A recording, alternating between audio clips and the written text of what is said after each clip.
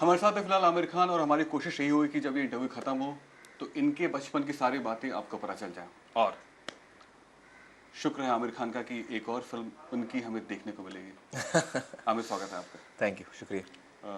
कुछ मैंने शब्दों में हेरफेर कर दिया था, आपको पता चला? नहीं, मुझे समझ में नहीं आया, बताइए। मैंने बोला कि शुक्र है आमिर खान का। लोग नॉर्मली बोलते हैं कि भगवान का शुक्र है, फिर खुदा का शुक्र है। वेल, काफ़ी कंप्लेंट्स आई हैं मुझे किस और बात को कई लेकर? सालों से आ रही हैं कि मेरी फिल्में बहुत कम आती हैं। बिल्कुल बिल्कुल। तो लिहाजा मेरे ख्याल 1.5 साल के बाद आ रही है मेरी फिल्म फना। हाँ। 1.5 साल पहले लगी 1.5 थी। साल पहले आई थी। और लेकिन चक्कर ये कि मैं एक वक्त पे एक ही फिल्म कर पाता हूँ, तो इससे ज़्यादा तेज़ मुझे पता नहीं कैसे काम करूँ। और लेकिन साल में एक तो आई जाती है मेरी। आपका स्टेटमेंट मैं ये बाई नहीं करूंगा, पूछिए क्यों। क्यों? इसका रीजन मेरे पास पड़ा हुआ है। क्या? आपने कहा कि आप कई चीजें एक साथ कर नहीं पाते हैं, लेकिन तारे ज़मीं पर के लिए आप एक्टर भी हैं, प्रोड्यूसर भी हैं, डायरेक्टर भी हैं। अब आप बताइए। बट फिल्म तो एक ही है ना, तो एक एक वक्त पे मैं एक ही फिल्म कर रहा हूँ। और लेकिन एक तरह से सही भी है, क्योंकि मैंने हमेशा सोचा था कि जब भी मैं फिल्म डायरेक्ट करूँगा जी। तो उसमें मैं खुद एक्ट नहीं करूँगा। अच्छा अच्छा क्योंकि अच्छा। जब मैं डायरेक्ट करूँगा तो मुझे I want to concentrate only on direction.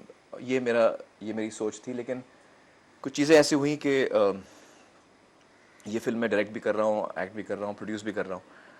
तो हाँ, तीनों काम मुझे एक साथ करने पड़े। लेकिन फिर भी ये एक ही फिल्म थी जिस पे मैं काम कर रहा था। अच्छा, फिर बड़ी बात ये जानना बेहद जरूरी हो जाता है और इसका जवाब आपको देना ही पड़ेगा। क्या? एक्टर, प्रोड्यूसर और डायरेक्टर, तीनों में से सबसे ज्यादा कौन हावी था, किसके ऊपर? मेरे ख्याल से डायरेक्टर। कैसे?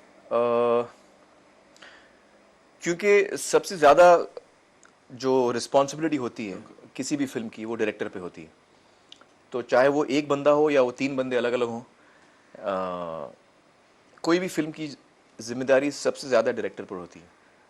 और ये मेरा मानना है। और तो लिहाजा जब मैं ये फिल्म बना रहा था तो इसके बारे में मैंने सोचा नहीं, लेकिन नेचुरली आई थिंक जो चीज़ फिल्म के लिए मुझे सही लगी एज ए डायरेक्टर, वही मैंने किया। चाहे वो प्रोडक्शन डिपार्टमेंट में हो या फिर मेरे काम के बारे में हो एज एन एक्टर। तो सारे डिसीजंस मेरे, हालांकि इंसान तो मैं एक ही हूँ, तो मेरा थॉट एक ही है, तो लेकिन I think my concern was more as to get the film right. And so I was thinking from the point of view of a director. और उसमें फिर एक्टर भी आ जाता है। बिल्कुल।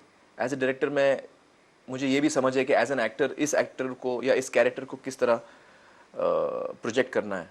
अब चाहे वो मैं कर रहा हूँ या कोई और कर रहा है।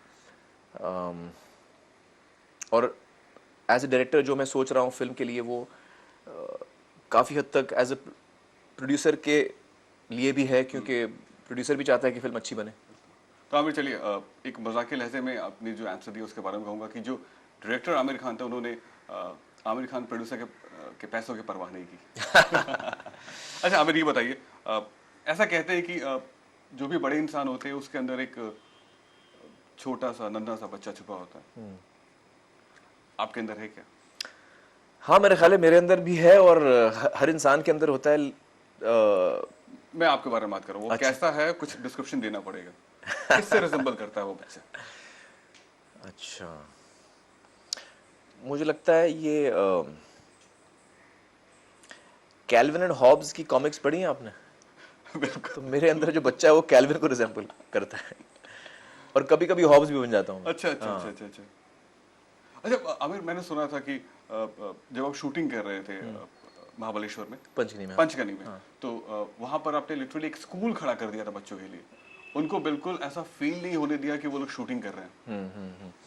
दरअसल हम जिस स्कूल में शूटिंग कर रहे थे, न्यू एरा स्कूल, वो बहुत ही बेहतरीन बेहतरीन स्कूल है। और अच्छा। बड़ा सपोर्ट किया उन्होंने हमारी फिल्म को। सब्जेक्ट भी ऐसा था जो उनको अच्छा लगा।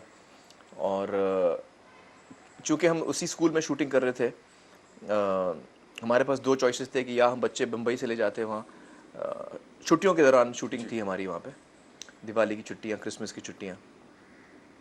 और हमने स्कूल से भी पूछा था कि क्या आपके स्कूल के बच्चे इस फिल्म का हिस्सा बनना चाहेंगे। तो उन्होंने पेरेंट्स वगैरह से पूछ कर, जी। जो बच्चे चाहते थे कि वो फिल्म के अंदर हों, पेरेंट्स चाहते थे कि हमारे बच्चे को एक एक्सपीरियंस मिले फिल्म मेकिंग क्या होती है, तो वो बच्चे थे उसी स्कूल के थे, अच्छा अच्छा न्यू एरा स्कूल के। अच्छा अच्छा। करीब 40 बच्चे थे। तो उनके लिए बड़ा कंफर्ट लेवल था क्योंकि वो उनका एनवायरनमेंट था, उनकी डॉर्मेटरीज थी, उनके क्लासरूम्स थे, तो उनके लिए कंफर्ट लेवल बहुत अच्छा था। उसके अलावा मेरी सारी प्रोडक्शन टीम ने बहुत अच्छे से देखभाल किया उनकी। हम कम से कम जोर डालते थे बच्चों पर काम के वक्त। इसके अलावा उनको हम फ्री टाइम बहुत देते थे। शॉट के बीच में जैसे शॉट हो जाता है हम उनको बाहर ले जाते थे। जहाँ काम चल रहा है, लाइटिंग चल रही है, उनको हम वहाँ नहीं रखते थे। अच्छा आमिर, यहाँ पर मैं टोकूंगा आपको। हाँ। मैंने ऐसा भी सुना था कि जो खाना बनता था पहले पर्सनली उसे टेस्ट करते थे, फिर आप बच्चों को खिलाते थे। नहीं, कभी कभी मैं करता था वो। और ख़ास करके कुछ बच्चे तो जैसे दर्शील है, वो एक जैन है, और भी 2-3 जैन बच्चे थे, दर्शील के पेरेंट्स भी, तो उनके लिए ख़ास अलग जैन फूड बनता था। तो ये सारे इंतज़ाम किए हम लोगों ने बच्चों को एंटरटेन करने के लिए। उनको पिकनिक्स पे ले जाना या गेम्स ऑर्गेनाइज करना उनके लिए, ताकि उनको काम के साथ साथ मज़ा आए। आपकी फेवरेट फिल्म कौन सी है बच्चों वाली? बच्चों वाली एक मेरी फेवरेट फिल्म तो ये है, लाइफ इज़ ब्यूटीफुल। अच्छा अच्छा। जो एक इटालियन फिल्म है, बाप और बच्चे की कहानी है, जो मुझे बड़ी पसंद आई थी और बहुत ही कमाल की कहानी है वो।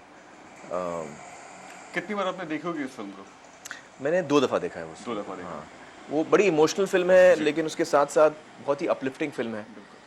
और इसके अलावा हिंदी फिल्मों में मुझे जब मैंने छोटा चेतन रिलीज हुई थी, जब मैंने देखी थी, वो मुझे बड़ी पसंद आई थी। वो 3D चश्मे लगा के, हाँ।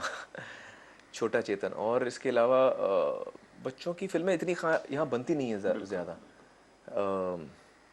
खैर, छोटा चेतन फिर भी बच्चों के लिए फिल्म थी।